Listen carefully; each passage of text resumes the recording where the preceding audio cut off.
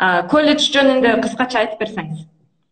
Өзүбүздүн колледж жөнүндө болсо, биз 2012 жылы ачылганбыз, лицензия алганбыз. Бизде эң биринчи экономика, бухгалтердик эсеп, андан кийин маркетинг, банктык иш, компьютердик системалар жана комплекстер ушул багытында биринчи лицензия алынган. Анан 2017 жылдан баштап жанакы азыр жаштардын эң жакшы көргөн IT программасы, автоматташтырылган системалар жана эсептөө техникаларын программалоо, адистеги дизайн, компьютерный графикалык деп коебуз. Анан жанакы укуктануу. Азыркы учурда бизде колледжде 7 кесиптин ушул багытта окутабыз. Эң негизгиси бизде англис тилинде окутулат. Окуубуз курстан биринчи курста бардыгы мындай аралаш. Орусча, кыргызча, түркчө, англис тилинде окутулат.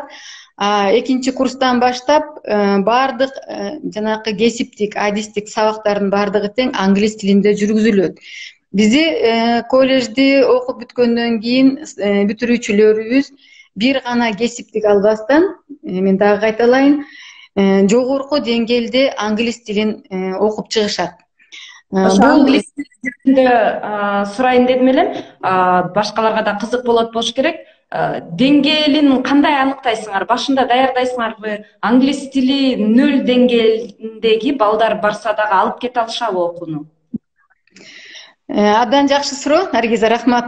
Бизде чындыгында эле кээде окуучулар, бизге келген абитуриенттер коркот, мен англис тилинде начармын, бирок мен ушунчалык окугум келет, ушул окуу жайга келгим келет деген каалоочуларыбыз бар. Биз аларга дагы мүмкүнчүлүк беребиз. Бизде 3 деңгээлде окутулат англис тили. Башталгыч, англис тилин начар билгендер, анан орто, анан эң жогорку дегендер.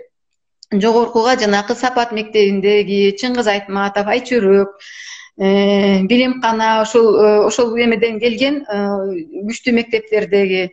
Андан сырткары деле биз мектептерди тандабайбыз. Эң негизгиси ошол кызыгып билим алам, сапаттуу билим алам дегендердин бардыгына биз эшигибиз ачык.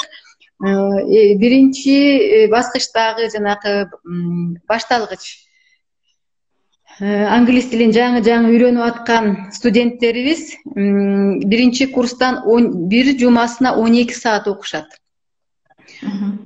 Сабактан сырткары, өздөрүнүн сабагынан сырткары дагы ошо англис тилине биз аябай күчтүү эме койгонбуз. Биздин эң баягы тажрыйбалуу, ошондой студенттер менен иштей алган окутуучуларыбыз биздики бар. Ошо канча жылдан бери алар алып жүрүшөт. Экинчи курста жана англис тили адистик предметтерди башталган ошол деңгээлге баягы жеткизе алышат да, түшүнүп, жазып, баягы экинчи курсту адистик предметтерди алып кете алган деңгээлге жеткизишет. Жанакы жогорку англис тилиндегилер болсо, андан биз дагы жана айтып атпайбызбы, бизде чет өлкөдөн келген, чет элдик биздин окутуучуларыбыз бар. Мисалы үчүн азыр бизде мистер Кёртс, мистер М деген окутуучуларыбыз бар. Бирөө Америкадан келген, бирөө Англиядан келген. Алар андан да жогорку жанакы TOEFL-га да даярдашат. Алардын грамматикаларын, жанакындай сөзгө бай ошондой эмелер менен багытта иш алып барышат да, студенттерибиз менен. Анын бардыгы тең каралган. Силердин колледжге кандай шартта кабыл алышат? Биздин колледжге бардык окуу жайдагыдай эле Кыргызстандын окуу мыйзамындай эле шартта кабыл алабыз. 9-класстын бөлүгү менен келсе, же болбосо 11-класстан да кабыл алабыз. 9-дан болсо жанакындай математика, орус тил, кыргыз тил, анан биз кошумча ушу англис тилин киргизгенбиз. Ошол сынактардан, экзамендерден өтүшөт. 11-класстын окуучусу дагы ошондой экзамендерди тапшырат, бирок ал жакта жана орусча айтканда ОРТ, жалпы республикалык тестирлөө биз ал каралбайт. Ошол 1-класстан 9-класска же 11-класска чейин окуган күбөлүк аттестаттарын дагы биз эске алабыз. Окуган, ошо мектепте окуган эмелеринчи, бааларын дагы биз карайбыз. Ошол сынактардан өткөндөн кийин эле кошумча биз англис тилин сөзсүз түрдө жана деңгээлдерге бөлөбүз. Анан сынактан өтсө шарты ушундай эле, эч кандай кыйынчылык жок. Мектептен алган бааларына дагы көңүл бурабыз дедиңиз. Бул кандай жеңилдиктерди берет? Экзаменден өтүүгө жардам береби же? Мисалы үчүн мектепте окуп аткан, бизде айтып атпайбызбы, IT багытындагы депчи, ал жакка бизде күчтүү математиканы күчтүү билгендер болуш керек, жана тилди билгендер болуш керек. Ошон үчүн математика жагына биз көп көңүл бурабыз. Эгерде математикасын мектептен жакшы окуп келген болсо, анда биз жанакы ошол пафтас деп коебуз, орусча пафтас же болбосо компьютердик системалар, ушул багыттагы эмелерге, программаларга жанакындай конкурс жок алабыз да. Азыркы учурда бизде ушул эки программага аябай көп суроо талап болуп атат. Жаштардын баардыгы тең программист болушу келишет, IT жаңы багыттагыларды карап атышат. Бизде дагы жакшы азыр адистик болуп атат, жаңы ошо маркетинг, ошол адистигине дагы буга дагы суроо талап көп болуп атат. Эгерде ушундай суроо талап көптөгү жанакындай группалар толуп калса, ошондо биз эмесине көңүл бурабыз да, мектептеги окуп келген жанакы бааларына. Силердин колледжде канча жыл окутушат? Ошону дагы бир ирет айта кетсеңиз, жанагыдай көптөр окуп калышат. 9-класстын базасында келсе 2 жыл 10 ай. Эгерде 11-класстын базасында келсе 1 жыл 10 ай. Экинчи курска отурат. 11-класстын базасында келген экинчи курска отурат. Анткени 9-класстын базасындагы 1 жылда 2 классты бүтүрөт. 10-11-классты бүтүрөт. 1 жылда кыска программа менен. Ошондо мектептин программасын толук алар окушат. 1 жылда. Башталат. Силердин колледжде жатакана барбы? Алыстан келген студенттер жатып окуй алышабы? Азыркы учурда жатакана каралып атат, бирок жатакана жок. Анткени көпчүлүк биздин мониторинг боюнча Чүйдөн, анан Бишкектен бир 70% ушул жактан тапшырышат да.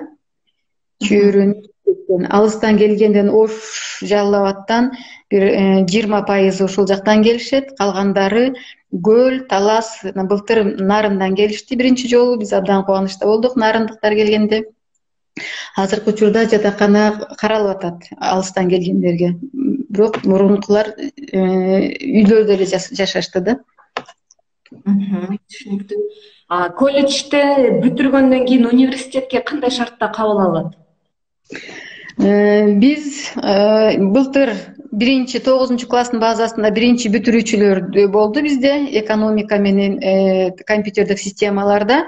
Ошондо 28 биздин бүтүрүүчүлөрүбүз өзүбүздүн Ала Тоо университетинин бакалаврга 2-курска отурушту. Эч кандай ортосу жок, жанакы жалпы тестирлөөсү жок. Ошол ар бир өзүнүн багытындагы кесипке 2-курстан баштап азыр окуп атышат. Эгерде өзүнүн багытын алмаштырам, мага ушул адистик жетиштүү десе, анда биз 3-курстан аларга тестирлөөнү тапшырганга биз консультация беребиз, уюштуруп беребиз, шарттарын түзүп беребиз. Бирок азыркы учурда андай каалоочуларыбыз жок. Анткени биздин студенттер бүтүрүп кеткендер окуу жайга тапшырат, жогорку же болбосо көпчүлүгү эле сыртка, чет элге кеткенге аракет кылып атышат да, за граница деп. Айтып калдыңыз, чет элге андан кийин окуп кеткенге кандай шарттар түзүлгөн? Биздин окуу жайда, ушул окуу жайда ачылып атканда эле 96-жылы жогорку окуу жайыбыз ачылган. Ошондо эле булардын эң биринчи багыты болсо жана академиялык мобилдүүлүк боюнча бир чоң жумуш алып барылган. Азыркы учурда бул аябай системага кирип, биздин ошол келген, бизге окуйм деп келгендердин көпчүлүгү эле ошол багыт, ошол миссия менен келишет да. Билим алып, мындан аркы билимибизди ошо чет жерден улантсакпы деген. Бул колледжде да каралган. экинчи курстан баштап биздин студенттерибиз эгерде биринчи курстан жанакындай окуусунун көрсөткүчтөрү 87 балдан жогору болсо, биздики жанакы бальный система, ошондон жогору болсо окуу жайдын эл аралык бизде бөлүм бар. Эл аралык бөлүмдөн консультация алынат. 21 өлкө менен биздин келишимдерибиз бар. Көпчүлүк сырттан чет жердеги окуу жайлар менен келишимдер бар. Ошол жактар менен байланышып, анан эме кылат да, документтерин, иш кагаздарын даярдап, ал жакта кабыл ала турган транскрипттерин жөнөтүшөт, баардык керектүү документтерин жөнөтүп туруп, анан кийин кабыл алса, ал жактан эч кандай көйгөй жок, баары окуй беришет. Эми негизги суроолордун бири десем болот. Колледжде окуунун акысы канча? Колледжде окуунун акысы, мындай доллар менен айтайын, $1500. Мындай каралган. Бирок былтыр бизде ар кандай жеңилдиктер да каралып турат. Аймакты өнүктүрүү деп былтыркы баардык тапшыруучуларга $1200 эме кылган, жеңилдик берген. Студенттерибизге быйыл дагы бир $200 төлөшкөн, 1500-дүн ордуна, Былтыр ошол аймакты өнүктүрүү жылы деп биздин жетекчиликтер ошондой эме кылышкан да, жеңилдик беришкен да. Быйыл дагы 1500 өзүнүн эмеси, бирок жеңилдиктер каралат. Бир 15% жеңилдик болушу мүмкүн. Окуу акысын төлөгөндө кандай шарттар бар? Дароо төлөнүшү керекпи же бөлүп төлөсө болобу? Окууну эң биринчи сынактан өткөндөн кийин 30%-ын төлөйт. Андан кийин жарым жылдыкка чейин 50%-ын төлөш керек. Биринчи сессия деп коет, биринчи сессияга чейин 50%-ын төлөш керек. Анан экинчи сынактар башталганга чейин 50%-ын төлөсө болот. Бирок мен ата-энелерге айтат элем, бизде бир башкача технология, системабыз башкача, баардыгын тең компьютер башкарат бизде. Ал жакта бүт программалары берилген, өзүнүн эме сроктору коюлат. Ошол убактарда төлөп жетишип калбаса, анда биздин студенттерибизге көйгөй болуп калат да. Ошон үчүн ата-энелер дагы аракет кылып өз учурунда төлөшөт да. Коюлган эмес мөөнөттөрүн. Конокторго эскерте кетсем, бүгүнкү биздин темабыз жалпы республикалык тестирлөөдөн упай жетишсиз болуп калса, кайсы окуу жайга тапшырса болот. Бул боюнча бизге Ала Тоо эл аралык университетинин орто кесиптик билим берүү бөлүмүнүн директору Жайнакова Гүлнур Бердибаевна айтып берди. Рахмат сиздерге дагы. Бизге келип окуңуздар. Сиздер үчүн ар дайым биздин эшигибиз ачык.